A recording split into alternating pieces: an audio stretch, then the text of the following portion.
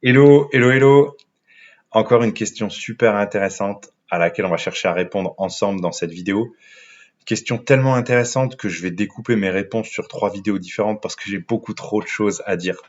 C'est une question que vous êtes plusieurs à m'avoir posée sur mon profil Facebook. La question, vous l'avez vu dans la miniature, pourquoi est-ce que je tombe toujours sur le même type de personne dans ma vie sentimentale? Et cette question-là, on l'a tous déjà entendue autour de nous.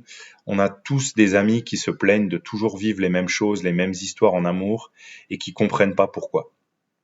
Et comme à mon habitude dans cette première vidéo, je vais essayer de mettre de la conscience sur les choix de mots, la posture de la personne qui pose cette question-là.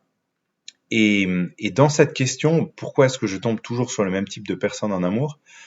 Le premier truc qui me frappe, moi, c'est le choix de mots très catégoriques, de mots qui manquent de nuances, qui sont très généralisants. Toujours, jamais, c'est vraiment les mots qui font des généralités, alors qu'à mon sens, rien n'est tout blanc ou tout noir dans la vie. Tout est question de nuances. Et ce que cela me semble dire de la personne qui pose la question, c'est qu'elle a tendance à ne focaliser son attention que sur les événements de vie qui vont la conforter dans ses croyances. Parce que moi, je suis convaincu que les personnes qui se posent cette question-là, elles ont aussi, dans leur vie sentimentale, elles se sont aussi rapprochées de personnes qui ne vérifiaient pas forcément ces croyances. Sauf que, pour une raison qui serait intéressante d'expliquer, elles n'accordent pas d'attention particulière à ces vécus-là.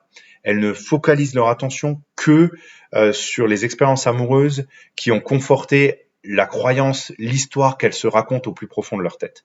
Et donc la première question pour ces personnes-là, la première question à se poser, c'est pourquoi je me focalise autant sur ces histoires-là et pas sur toutes les histoires que j'ai vécues? Pourquoi ce sont ces histoires-là qui m'ont le plus marqué, qui m'ont peut-être fait le plus de mal? Qu'est-ce que ça dit de moi, ce choix de personne? Et ça, on en reparlera encore dans la prochaine vidéo. Mais en tout cas, je voulais, dans cette première partie de cette vidéo-là, mettre un peu d'attention sur ce manque de nuances.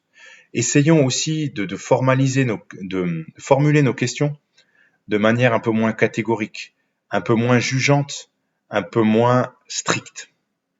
Et le deuxième point que je voulais évoquer dans le choix de mots dans cette question, c'est le côté très déresponsabilisant.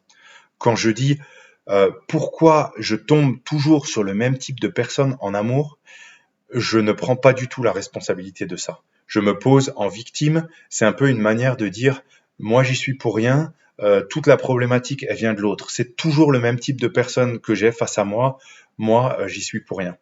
Mais ça, quand on y réfléchit un peu, c'est faux, c'est faux. Parce que je suis tout autant responsable que l'autre face à moi de ce rapprochement qu'on a eu. J'ai choisi cette personne.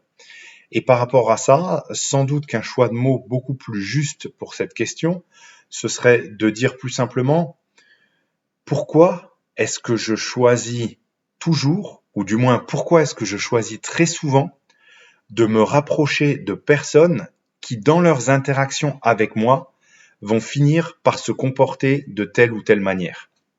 Je répète la question parce que, à mon sens, elle est beaucoup plus puissante et beaucoup plus constructive que la formule catégorique, un peu trop catégorique, que j'ai mis dans la miniature, pardon. Pourquoi est-ce que je choisis toujours de me rapprocher de personnes qui, dans leur comportement avec moi, vont finir par se comporter de la même manière? Et ça, c'est beaucoup plus responsabilisant. Quand je formule les choses de cette manière-là, j'accepte ma part de responsabilité dans l'affaire. Je reprends le contrôle de ce que je vis, je reprends la conscience de ma part de responsabilité, et ça, c'est le premier pas essentiel pour commencer à ajuster ce qui doit l'être pour enfin m'épanouir en amour.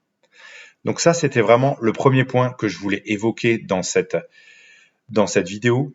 Formulons nos questions de manière à prendre l'entière responsabilité de ce qu'on vit, parce que c'est la première étape essentielle vers le solutionnement de cette problématique.